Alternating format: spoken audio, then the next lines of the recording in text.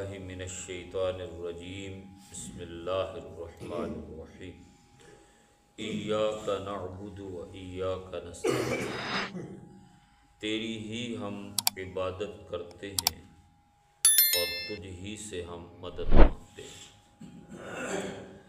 بعض اہل علم کہتے ہیں کہ پورے قرآن کا راز سورۃ الفاتحہ میں ہے اور سورۃ الفاتحہ کا راز اس آیت میں ہے، ایاک نعبد و ایاک نستعین۔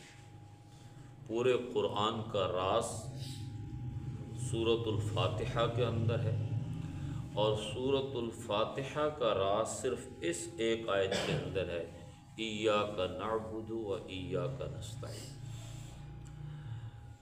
اہل عرب بعیر عبد اس اونٹ کو کہتے تھے جو اونٹ رام ہو جاتا تھا، تعظیم کرتا تھا، بیٹھ جاتا تھا، اور اس راستے کو کہتے تھے عبد، کہ جو راستہ چل چل کے ہموار ہو جاتا ہے۔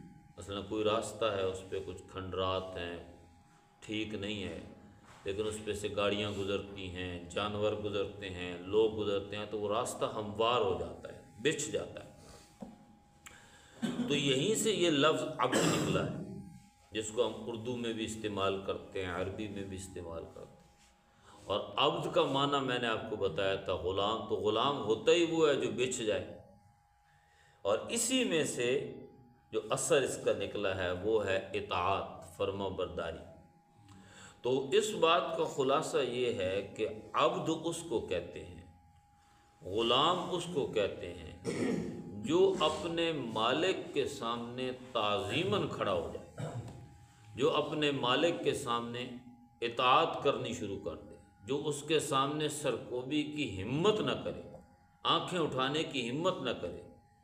مالک کی زبان سے ابھی حکم نکلا نہیں ہے اور وہ فوراً اس حکم کو بجا لانے کے لیے تیار ہو جائے، اس کو کہتے ہیں غلام۔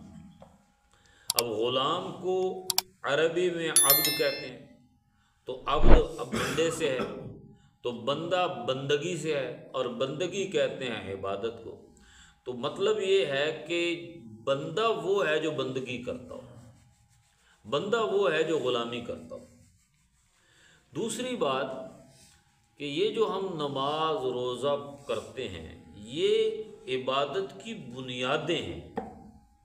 جیسے حدیث جبرائیل میں ہے کہ نبی صلی اللہ علیہ وسلم کے بعد جب جبرائیل آئے تو انہوں نے کہا یا رسول اللہ اسلام کے ارکان کے بارے میں بتائیں، تو آپ نے فرمایا بنی الاسلام علی خمس، اسلام کی بنیاد 5 چیزوں پہ، نماز، روزہ، حج، زکوٰۃ، کلمہ شہادت۔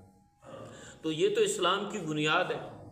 اب ایک آدمی نماز بھی پڑھ رہا ہے، روزہ بھی رکھ رہا ہے، حج بھی کر رہا ہے، زکوٰۃ بھی دے رہا ہے، کلمہ بھی پڑھا ہوا ہے، تو بنیادیں تو اس کے پاس ہیں، لیکن دیواریں نہیں ہیں، چھت نہیں ہے۔ تو عبادت تو بنیاد سے لے کے چھت تک کا نام ہے، اور آج کے مسلمان کے پاس بنیاد ہے، چھت کوئی نہیں۔ اب دیواریں اور چھت کیا ہے؟ وہ ہیں معاملات اور اخلاق، کہ اگر میرے معاملات ٹھیک ہیں، اخلاق ٹھیک ہیں، جیسے حدیث میں آتا ہے کہ نبی صلی اللہ علیہ وسلم نے فرمایا میں اخلاق مکمل کرنے کے لیے بھیجا گیا۔ چنانچہ اخلاق چھت ہے، نماز، روزہ، حج، زکوٰۃ یہ بنیاد ہے۔ اب وہ عمارت کسی کام کی نہیں ہوتی کہ جس کام کی بنیادیں ہوں لیکن اس کی چھت نہ ہو۔ اب ہم اگر اس بات میں خوش رہیں کہ میں تو جناب 5 وقت کی نماز پڑھتا ہوں، روزہ رکھتا ہوں، تو بھائی چھت آپ کی کدھر ہے؟ اخلاق تو نہیں ہے، معاملات تو نہیں ہے۔ اور اخلاق کے بارے میں صرف اتنی بات یاد رکھیے گا، اخلاق صرف میٹھی زبان سے بات کرنے کا نام نہیں، اور بد اخلاقی بدتمیزی سے بات کرنے کا صرف نام نہیں ہے۔ یہ بھی بد اخلاقی ہے کہ آپ کسی کا حق ماریں، یہ بھی بد اخلاقی ہے کہ آپ کسی کے ساتھ زیادتی کریں، یہ بھی بد اخلاقی ہے کہ آپ جھوٹ بولیں، یہ بھی بد اخلاقی ہے کہ آپ ملاوٹ کریں، یہ بھی بد اخلاقی ہے کہ آپ ناپ تول میں کمی بیشی کریں۔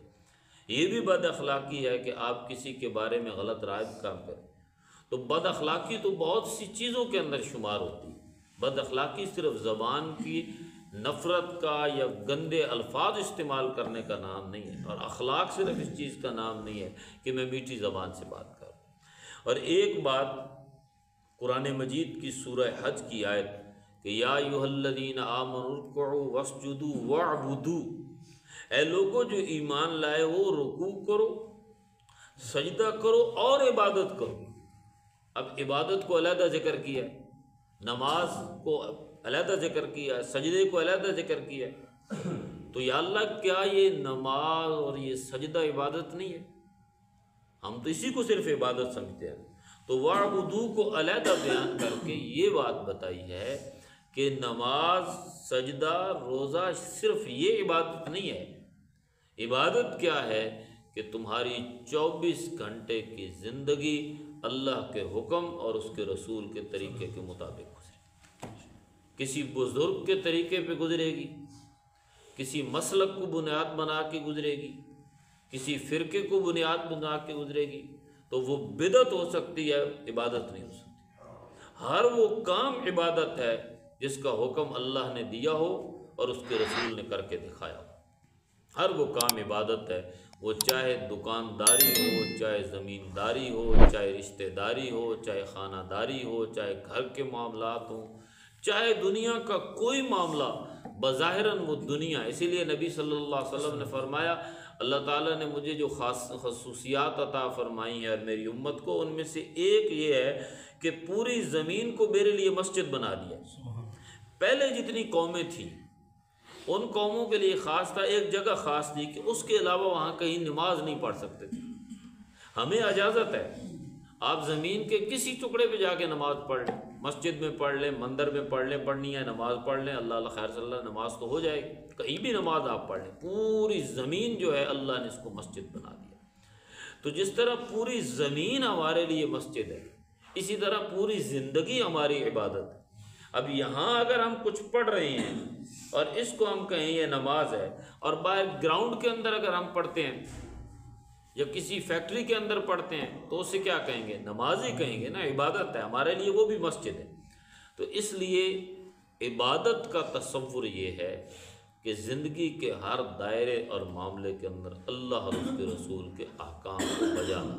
اللہ تعالیٰ قرآن کو سمجھنے کی